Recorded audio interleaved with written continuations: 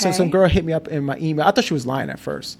Her name was Houston, a MILF named Houston. And then she was like, hey, I like Puerto Rican guys. You're in great shape. Have you ever thought about doing adult movies? I was like, I watch them. I'll do it. It just depends on how much is getting paid. I didn't even hesitate. You know what I mean? You weren't worried about showing your face. Yeah. That none of that. I'm a little bit different. The only opinions I value are the ones of my family, the ones that really affect my day-to-day stuff. And my family's pretty open. They're pretty understanding, and it's not like any of my family is crazy. They all have regular jobs. They all do normal stuff. Is that we're just very understanding. My mother raised us a little bit different. Like we're strict within each other, but like we don't care about other people's opinions as long as it doesn't affect us. So she asked me, hey, would you want to shoot? And I was like, yeah. And she was like, but you got to get tested. At the time, the current, like anybody who knows who was shooting at that time, it was AIM. AIM was the main testing facility at the time. Talent testing didn't exist. Clear definitely didn't exist. AIM, you get tested. It was like 188. I definitely remember that double 8 number. And within 2 days, they gave you back your results. But it wasn't like a portal because people weren't using portals at the time. It was actual papers. So it was like this thick. So it was old school. Yeah, yellow papers. It looked like a serious medical form. Did you have to show back up to get your results? No, it was sent to me. So they mail it. Yeah, they mailed it to me. I think it was expedient mail that they sent it. Because I got it, if I remember correctly, I got it pretty quick.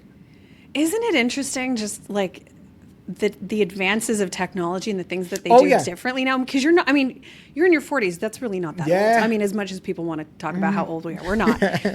So it's weird, isn't that? I just think it's interesting. It's the difference between how the process went then versus now. Yeah, it's crazy. There's a funny story that I especially tell my clients and stuff like that all the time. This is off of porn and stuff like that. It has nothing to do with porn. Is that there was an article that was not really an article, but one of the news programs that they show late night, like a Dateline and stuff like that. This is when I was in college. And I would stay up late doing projects and stuff like that. And I remember watching it, and they were like how advances in technology used to always be every 15 years. And it was just small advances too. Small, not big ones. And mind you, like I said, this was like, I want to say early 2000s. I believe it. And they were like, now it's every year that they're finding new stuff. So that's why you see the phones enhancing. That's why you see the video game systems enhancing. That's why you see the car systems enhancing. And by drastic measures. They were talking about AI back then. And look how dominant AI is now.